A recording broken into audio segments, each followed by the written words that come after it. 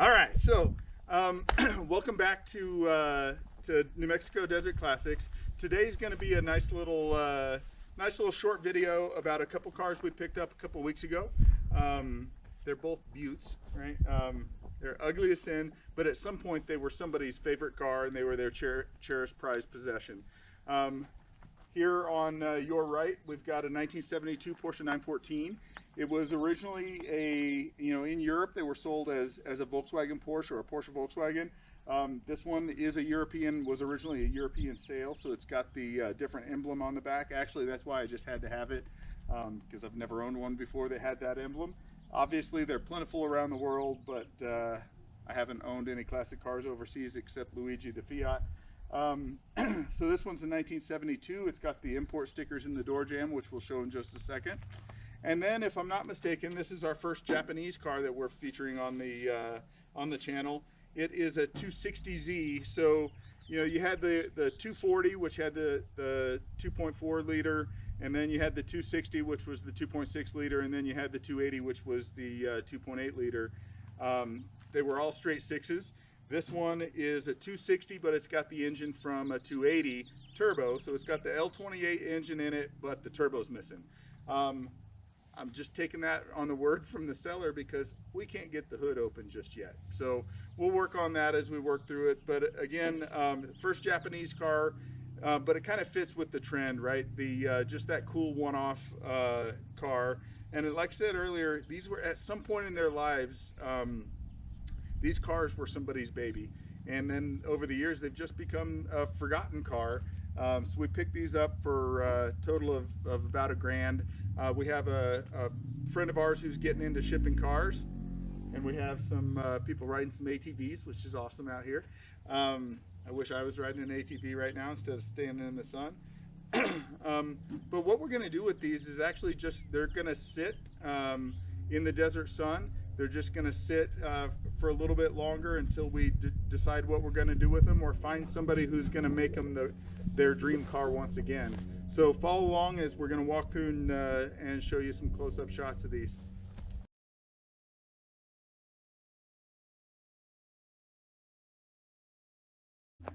Hey, I'm Nate, and we're looking at the 72 914.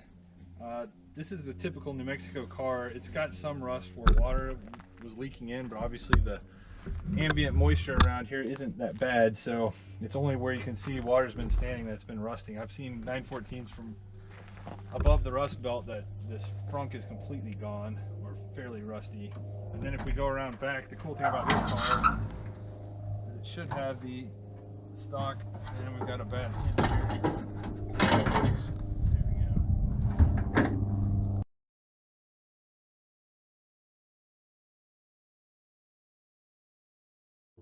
So one spot where just about every 914 I've ever seen rust is right here at the back of the trunk, this kind of shelf that's above the transaxle. Where the seam is, water gets under that seam sealer and it just rusts the back portion. Fortunately, I think they sell a whole piece and just this back part at Restoration Design or Stoddard, and you can just basically cut it out and weld in a new one. That's a little bit harder than it sounds just saying it, but it's all easily possible.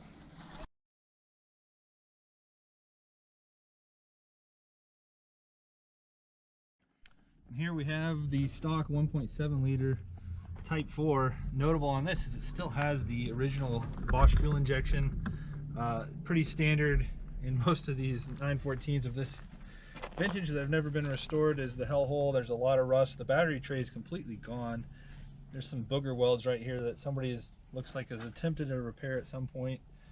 And again, some more right there. But this one will likely need that longitudinal as well as the hell hole all repaired from the inside, and have to look at the rear suspension console where the trailing arm mounts to the unibody of the car right under this. But having all this complete and still here and looks mostly unmolested is fairly rare. Here's the injection computer from 1972. Cool. And then the original color seems to be Saturn yellow, which you can see some of it left right here under what looks to be some overspray of maybe some rubberized sealer.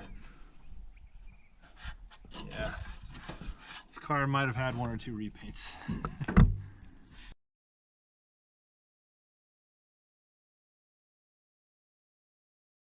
So this is what I was referring to earlier, 914, Volkswagen emblem, Porsche. So at the time that it was in development, you know, Porsche was looking to get into mid-engine, and Volkswagen was looking for a replacement for the Karmann Ghia, so it just made sense for them to partner. But in the US market, it was just a Porsche 914. European market, 914, Volkswagen, Porsche.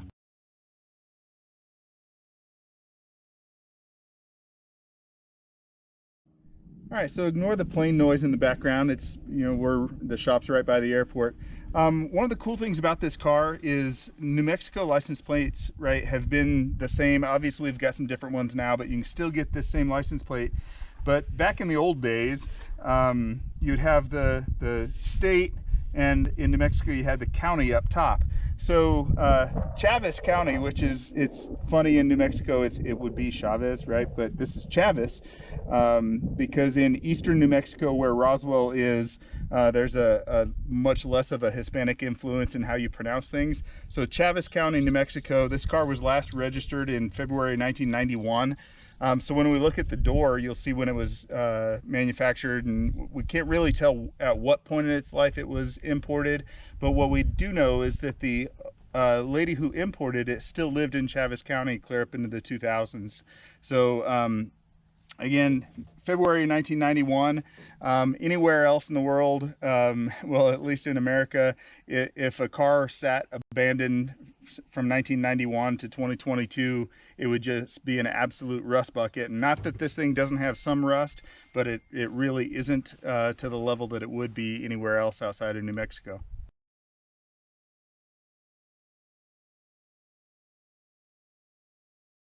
So something pretty cool about this particular car that you're not going to see on most other USA 914s is here's the import sticker with the actual person that imported it. We just don't know when, but manufactured in 1971. It's a 1972 model year. Of course, you've got the vehicle weight and gross vehicle weight, and F Porsche AG, which I believe is German for Porsche, or the Porsche company, in Stuttgart, West Germany.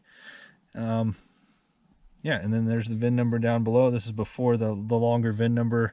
I believe Porsche now, it's Whiskey Papa Oscar is the identifier for Porsche as the manufacturer, but this was before all that. So always a pain to register these nowadays, because the DMV doesn't see a lot of older VIN numbers like that. So you have to get actually, there's a lady at our DMV we like to go to, Marty, that always knows how to deal with these.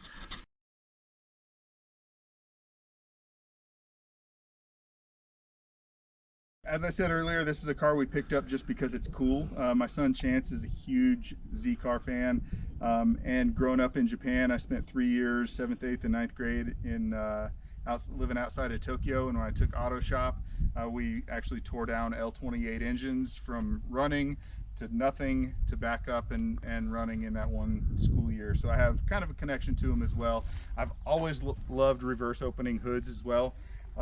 So this is, as we finally got the hood popped, it's rigged a little bit, but this has a P54 block in it from a L28 engine. It was a turbo. It isn't right now.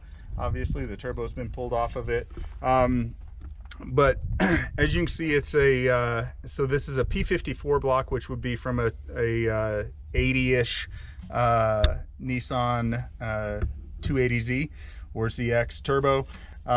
So we're probably gonna, like I said, just let this one sit and bake for a little while. But when we do, this is a fantastic engine to start with, as long as we can free it up.